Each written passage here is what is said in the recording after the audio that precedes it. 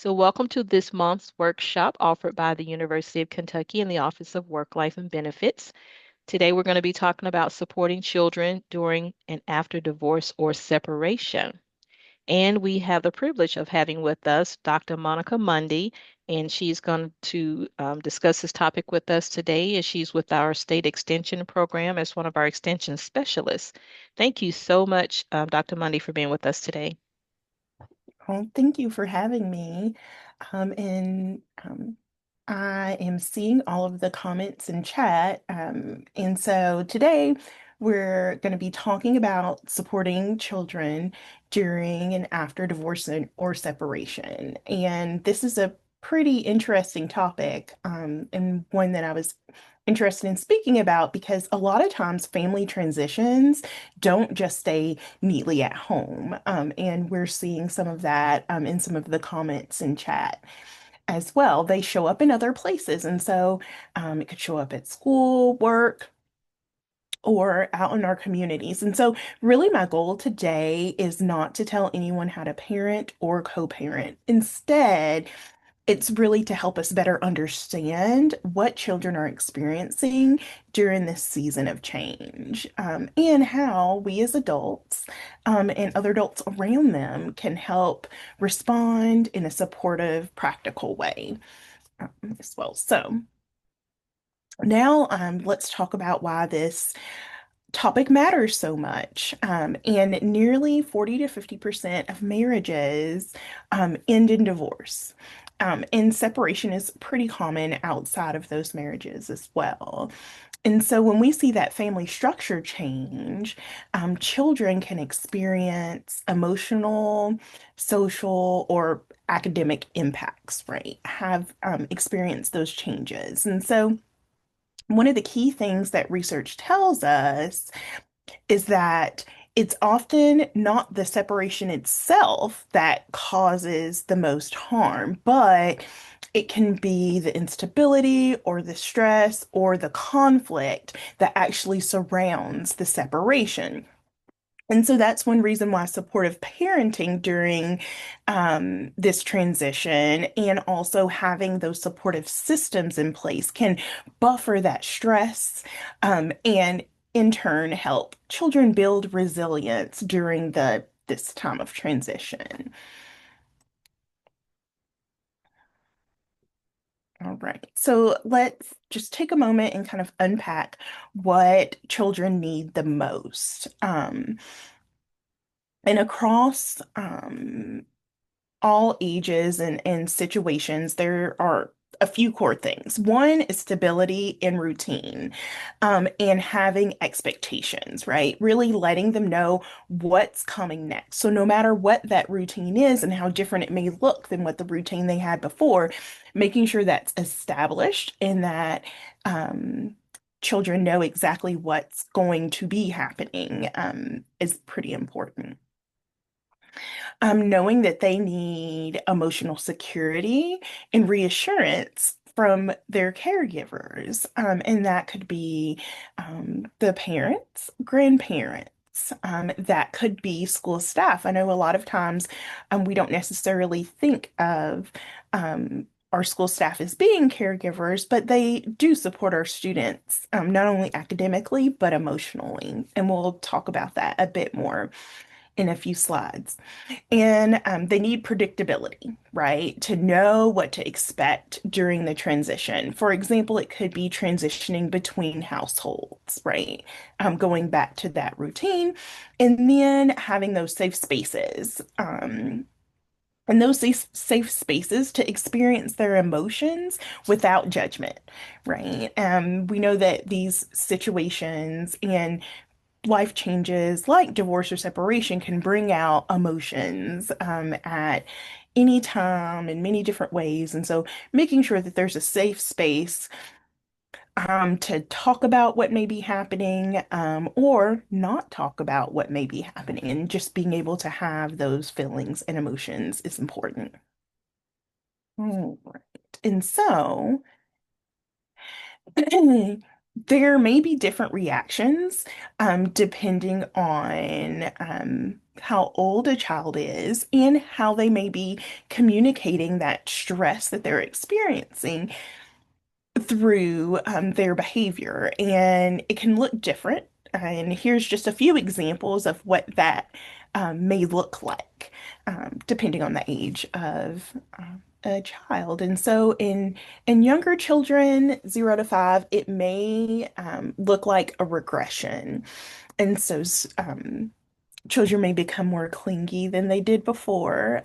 They just may need a little extra hugs and love, or it could be a regression in some of their milestones. And one of those common ones that you may see is bedwetting.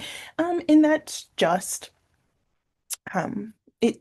It can happen. The change in their surroundings or scenery or routine can cause that to happen as well. And then for school age children, age 6 to 12, they might worry more or they might show those feelings of sadness and anger, and it could manifest at school. They could have trouble focusing while they're at school. Teens, they may withdraw, they may act out. Or, they may feel pressure to take one side or the other when it comes to the adults in the situation. And so these behaviors are oftentimes often signs of stress, right? And sometimes people may think it may be intentional misbehavior, but it's not, right? It's just the way that they're expressing the stress that they are experiencing and knowing that maybe they can't always put that into words.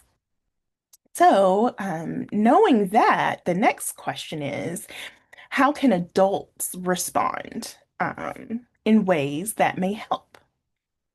And so there's several things that we're going to kind of unpack and talk about.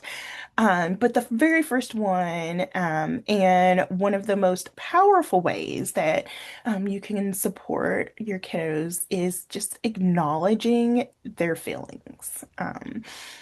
Right?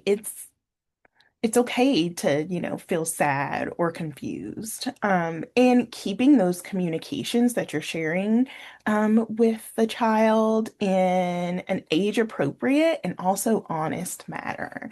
Um, Honesty is always the best policy. It may not always be the most comfortable policy, but being honest will build that trust as well.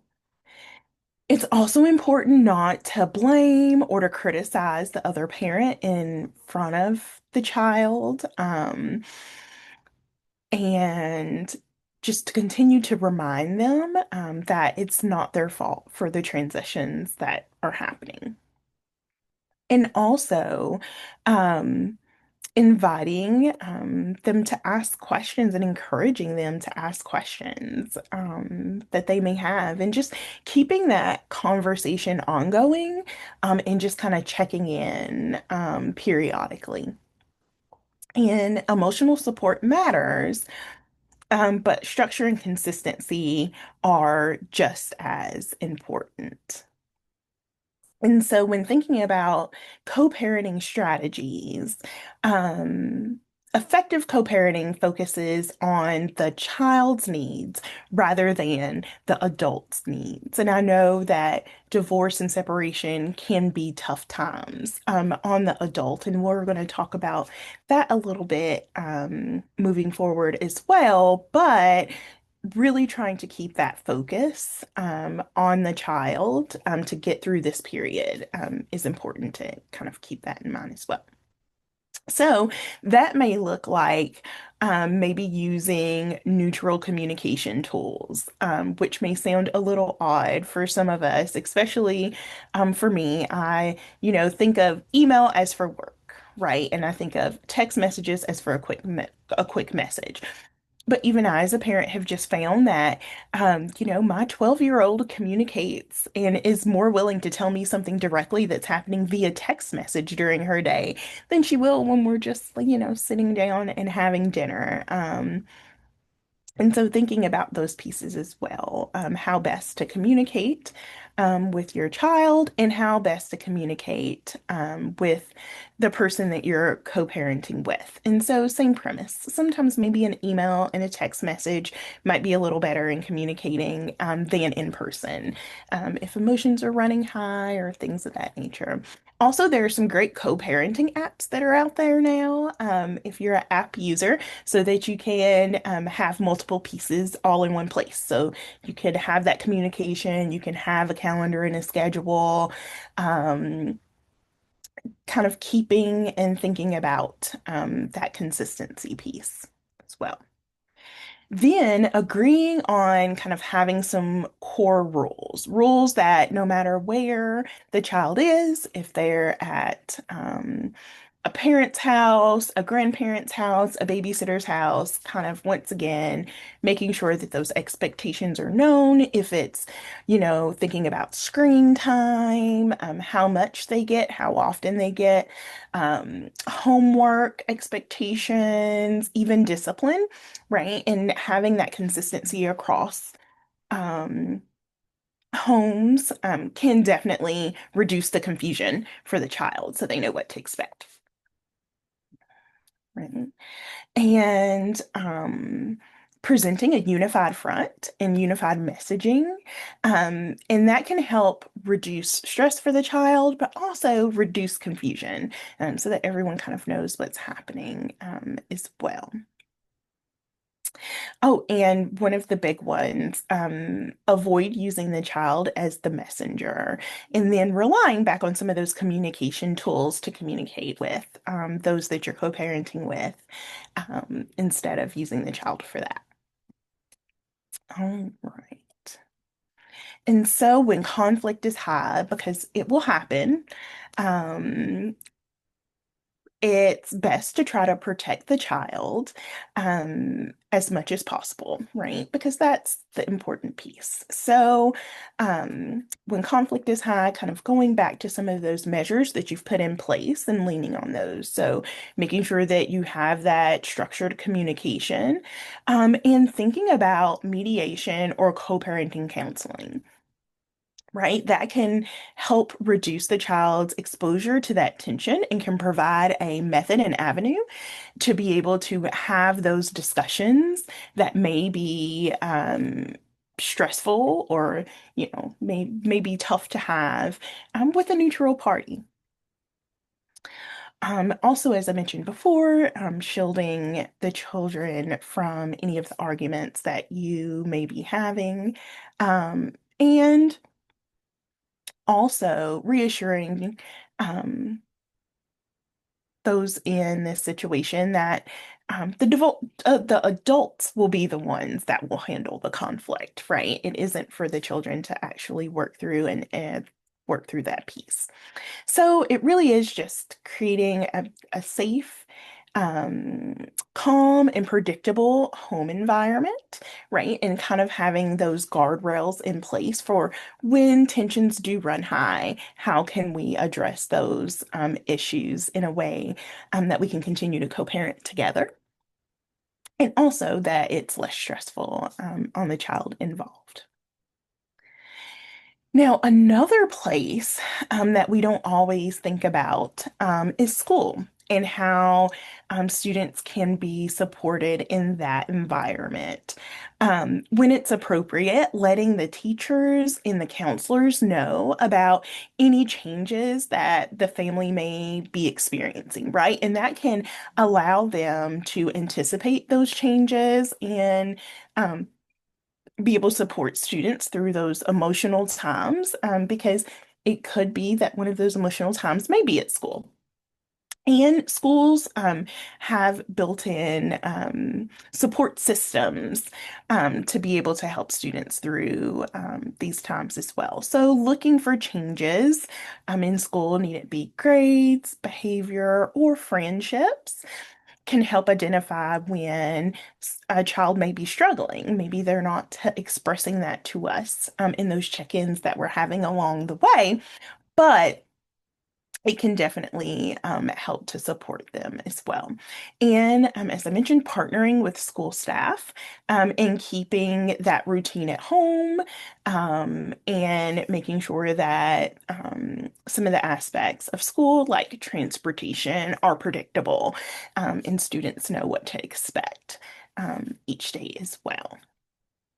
So that support doesn't stop after the initial transition, right? It is evolving. And I know in the chat there was I think there were a couple of comments about being divorced for a number of years and just kind of wanting to check in, right? And so, as those family structures continue to evolve, children benefit from having that ongoing emotional support. So, really maintaining those safe and healthy relationships with both parents, making sure that there's clear expectations around holidays, vacations, and even those big milestones that your children may be experiencing can kind of help reduce some of that uncertainty. And reinforcing the child's strength and resilience over time supports that long-term well-being as well. And to help do that, there are some additional supports that I would like to mention as well. So if children are still experiencing or showing persistent sadness or anxiety or experiencing behavior change, sometimes it's okay to say, well, it is okay to say, let's seek some additional support. And so other signs could be that academic decline. If there's any signs of parent alienation, where, your child may be really chatty and want to tell you things and want you to be involved, and then maybe they start to pull away, maybe not in all aspects of their life, but maybe just certain ones. Um, it may be a signal or a sign to seek help. Also, if there are any safety concerns, first thing you do is seek that additional support as well. And that additional support can come from different places. It could come from school counselors, as I mentioned before. Um, pretty much all schools have some sort of social support built into um, supporting students and supporting families, and it goes well beyond just academics and grades. Also, family therapists, talking to your primary physician as well. They can be supportive and help refer you to resources. Also, peer support groups for children and for parents. And we just heard some of those resources prior to the recording starting that are offered right here at the university. And sometimes you just, might have a question, or sometimes you just might want to be in the presence of someone that's experiencing the same thing. And that can go a long way for the child and for the parent. All right. And so I have a quick scenario. We have Jordan, and Jordan's 9 years old. And over the past few months, Jordan's parents have separated, and now they have shared custody. Jordan has recently started forgetting homework, has become more withdrawn in school, has frequent stomach aches, specifically on transition days between homes. And one parent reports that Jordan just seems fine, while the other has some increased worry. A couple of questions, and you can just drop some answers down in chat. What are some of the signs of stress that you notice in this scenario?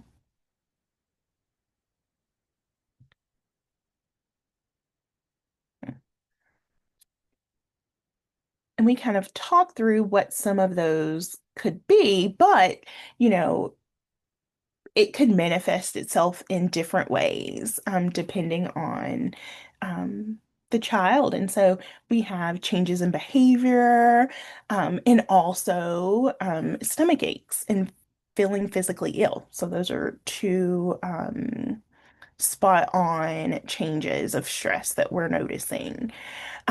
What's one supportive response an adult could offer to Jordan right now, knowing this is what Jordan is experiencing?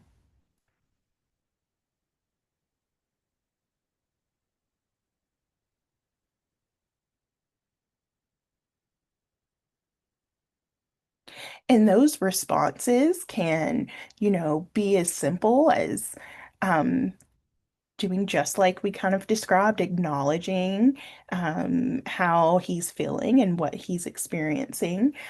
We have a chat that says, talk to him about how they understand he's not feeling well and try to learn more. Yeah, just kind of talking and seeing possibly, is it the transition day that's triggering Jordan not feeling well? And maybe what can happen or what can be done differently that might would reduce some of that anxiety and stress for Jordan on the transition day as well. And then, who are some key adults that could support Jordan during this transition? Yeah, validating that they may feel confused or sad on transition days. That validation goes a long way. Just letting them know that you're there and you recognize their feelings, go a very long way. And some examples are the teacher, the guidance counselor as well. Um, Parents, yeah. Um, yeah, I know one, I um I come from divorced parents, and my grandparents were just about as influential in me coming up as my parents were as well. And so thinking about other supportive relatives that you may have that are supportive, my cousins were great as well. And my step siblings were also pretty awesome, and we could always relate to one another and support each other too. All right. So just a few more slides and things that I just want to highlight. Thank you guys who shared in chat as well. Um, One thing that parents have to think about when navigating divorce and separation is taking care of yourself. And a lot of change takes place, a lot of emotions take place. And so I just want to give a little reminder for parents to just step back and think about, you know, um, know that I understand a lot of the things that may be going on and that you may be stressed out about as well. So it could be all of the emotional feelings, the grief, the uncertainty, all of the changes, right? Impossible housing, routine, finances, right? We like routine just as much as children like routine as well. And just the mental load that comes with having to support your child through what they're going through as well. And so there are so many ways to support parents that may be going through this that you may know, or to support yourselves as you're going through this too. One is just normalizing asking for help and using those supports that are built in. Uh, there's absolutely nothing wrong with saying, okay, um, I need a little help here, or, I may need to speak with someone or talk to someone. That is okay. Taking the time for self-care and focusing on those stress management strategies in supporting children, you can't forget to take the time to support yourselves. And that could be something as simple as reading a book or going for a walk and building in time to be able to do that as well. Having those consistent routines, reducing the stigma around family transitions. And families can transition for many different reasons. It may just not be divorce and separation. So this is something that it's a normal course of life, is having to deal with family transitions. And then offering flexibility and being compassionate in the workplace as well. So, as we kind of wrap up, I just want to highlight a few key takeaways, and then I will be happy to take questions as well. But just focusing on the stability, the empathy, and clear communication with children, and always coming back and checking throughout the process, even long term, that these three things are in place and they're happening on a regular basis. Co-parenting and being consistent in helping children adjust to the changes, managing conflict in a way that can protect that child's emotional health, thinking about the community and school and how they can support, and reaching out and seeking that support there as well. And then just ensuring that children can thrive during these transitions with that support that you're receiving. So now I'm happy to answer any questions that you may have. You're welcome to place them in chat, and I will read those and show those out for those that who are watching us on the recording. As it was mentioned before, I will send along some additional handouts that can cover some of the topics that we've hit on today in a bit more detail for you guys as well. Any questions? And if you think of any after this presentation, my email address is there. Just feel free to um, shoot me an email and I would be happy to chat and connect.